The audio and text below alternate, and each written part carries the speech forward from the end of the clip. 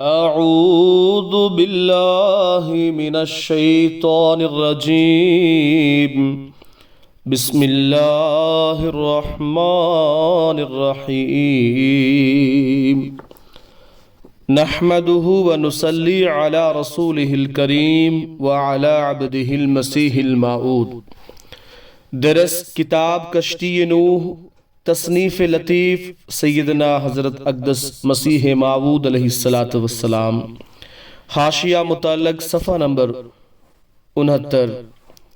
Career ڈلا سیرا جنوبی Italy کے سب سے مشہور اخبار نے مندرجہ ذیل عجیب خبر شائع کی ہے، جو 13 جولائی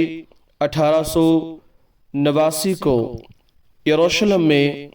ایک بوڑھا راہب مسمى کور مرا، جو اپنی زندگی میں ایک ولی مشہور تھا، اس کے پیچھے اس کی کچھ جائیداد رہی، اور گورنر نے اس کے رشتہ داروں کو تلاش کر کے ان کے حوالے 2 لاکھ فرینک 1,19,000 روپے کیے، جو مختلف ملکوں کے سکوں میں تھے، اور اس غار میں سے ملے جہاں وہ راہب بہت عرصہ سے رہتا تھا۔ روپیے کے ساتھ بعض کاغذات بھی ان رشتہ داروں کو ملے جن کو وہ پڑھ نہ سکتے تھے۔ چند عبرانی زبان کے فاضلوں کو ان کاغذات کے دیکھنے کا موقع ملا تو ان کو یہ عجیب بات معلوم ہوئی کہ یہ کاغذات بہت ہی پرانی عبرانی زبان میں تھے۔ جب ان کو پڑھا گیا تو ان میں یہ عبارت تھی: پطرس ماہی گیر یسوع مریم کے بیٹے کا خادم اس طرح پر لوگوں کو خدا تعالیٰ کے نام میں اور اس کی مرضی کے مطابق خطاب کرتا ہے، اور یہ خط اس طرح ختم ہوتا ہے: میں پطرس ماہی گیر نے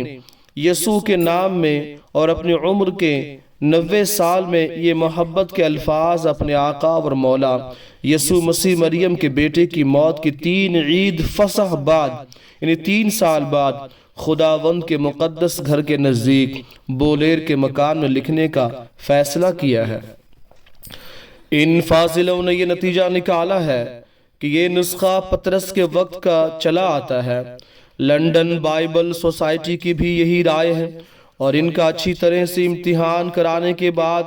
بائبل سوسائٹی اب ان کے عوض 4 لاکھ لیرہ یعنی 2,37,500 روپے مالکوں کو دے کر کاغذات کو لینا چاہتی ہے۔ یسوع ابن مریم کی دعا ان دونوں پر سلام ہو۔ یسوع ابن مریم کی دعا ان دونوں پر سلام ہو۔ اس نے کہا: اے میرے خدا، میں اس قابل نہیں کہ اس چیز پر غالب آ سکوں جس کو میں برا سمجھتا ہوں، نہ میں نے اس نیکی کو حاصل کیا ہے جس کی مجھے خواہش تھی، مگر دوسرے لوگ اپنے اجر کو اپنے ہاتھ میں رکھتے ہیں اور میں نہیں، لیکن میری بڑائی میرے کام میں ہے۔ مجھ سے زیادہ بری حالت میں کوئی شخص نہیں ہے۔ اے خدا جو سب سے بلند تر ہے، میرے گناہ معاف کر۔ اے خدا ایسا نہ کر کہ میں اپنے دشمنوں کے لیے الزام کا سبب ہوں، نہ مجھے اپنے دوستوں کی نظر میں حقیر ٹھہرا، اور ایسا نہ ہو کہ میرا تقوی مجھے مصائب میں ڈالے۔ ایسا نہ کر کہ یہی دنیا میری بڑی خوشی کی جگہ یا میرا بڑا مقصد ہو، اور ایسے شخص کو مجھ پر مسلط نہ کر جو مجھ پر رحم نہ کرے۔ اے خدا جو بڑے رحم والا ہے، اپنے رحم کی خاطر ایسا ہی کر۔ تو جو ان سب پر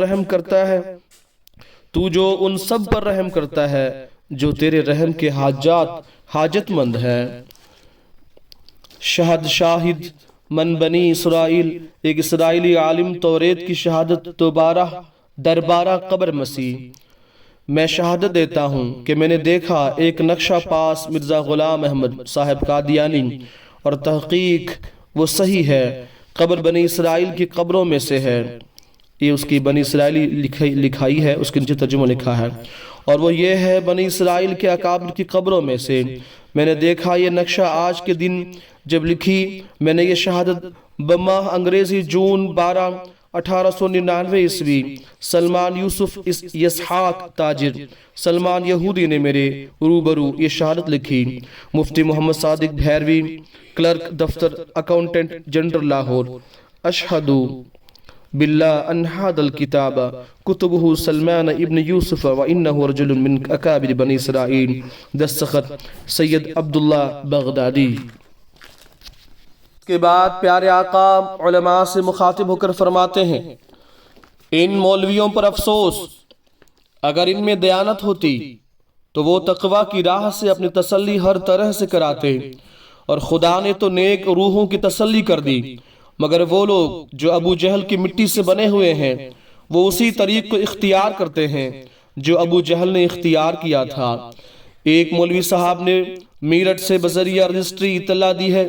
کہ امرتسر میں جلسہ ندوۃ العلماء ہے، اس جگہ آ کر بحث کرنی چاہیے، مگر واضح ہو کہ اگر ان مخالفین کی نیتیں نیک ہوتی اور فتح و شکست کا خیال نہ ہوتا تو ان کو اپنی ہی تسلی کرانے کے لیے ندوہ وغیرہ کی کیا ضرورت تھی۔ ہم ندوہ کے علماء کو امرتسر کے علماء سے الگ نہیں سمجھتے، ایک ہی عقیدہ ہے، ایک ہی جنس، ایک ہی مادہ ہے، ہر ایک کو اختیار ہے کہ قادیان میں آوے، مگر بحث کے لیے نہیں بلکہ صرف طلب حق کے لیے ہماری تقریر کو سنے۔ اگر شک رہے تو غربت اور ادب کے طریق سے اپنے شکوک رفع کراوے، یعنی دور کرا لے، اٹھا لے، اور وہ جب تک قادیان میں رہے گا بطور مہمان کے سمجھا جائے گا۔ ہمیں ندوہ وغیرہ کی ضرورت نہیں اور نہ ان کی طرف حاجت ہے، یہ سب لوگ راستی کے دشمن ہیں، مگر راستی دنیا میں پھیلتی جاتی ہے۔ کیا یہ خدا تعالیٰ کا عظیم الشان معجزہ نہیں کہ اس نے آج سے 20 برس پہلے براہین احمدیہ میں اپنے الہام سے ظاہر کر دیا تھا کہ لوگ تمہارے ناکام رہنے کے لیے بڑی کوشش کریں گے اور ناخنوں تک زور لگائیں گے، مگر آخر میں تمہیں ایک بڑی جماعت بناؤں گا۔ یہ اس وقت کی وحی الہی ہے، یہ اس وقت کی وحی الہی ہے جبکہ میرے ساتھ ایک آدمی بھی نہیں تھا۔ پھر میرے دعوے کے شائع ہونے پر مخالفوں نے ناخنوں تک زور لگائے، آخر حسب پیش گوئی مذکورہ بالا یہ سلسلہ پھیل گیا، اور اب آج کی تاریخ تک برٹش انڈیا میں یہ جماعت 1 لاکھ سے بھی کچھ زیادہ ہے۔ ندوۃ العلماء کو اگر مرنا یاد ہے تو براہین احمدیہ اور سرکاری کاغذات کو دیکھ کر بتلاوے کہ کیا یہ معجزہ ہے یا نہیں۔ پھر جب کہ قرآن اور معجزہ دونوں پیش کیے گئے تو اب بحث کس غرض کے لیے؟ ایسا ہی اس ملک کے گدی نشین اور پیرزادے دین سے ایسے بے تعلق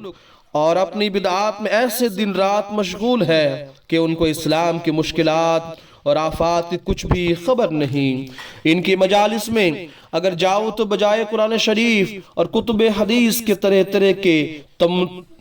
تنبورے اور سارنگیاں اور ڈھولکیاں اور قوال وغیرہ اسباب بدعات نظر آئیں گے، اور پھر باوجود اس کے مسلمانوں کے پیشوا ہونے کا دعویٰ اور اتباع نبوی کی لاف زنی، اور بعض ان میں سے عورتوں کا لباس پہنتے ہیں اور ہاتھوں میں مہندی لگاتے ہیں اور چوڑیاں پہنتے ہیں اور قرآن شریف کی نسبت اشعار پڑھنا اپنی مجلسوں میں پسند کرتے ہیں۔ یہ ایسے پرانے زنگار ہیں جو خیال میں نہیں آ سکتا کہ دور ہو سکیں، تاہم خدائے تعالیٰ اپنی قدرتیں دکھائے گا اور اسلام کا حامی ہوگا۔ جاری رہے گا سبحان اللہ و بحمدہ، سبحان اللہ العظیم، اللہم صلی علی محمد وعلی آل محمد وبارک وسلم انک حمید مجید۔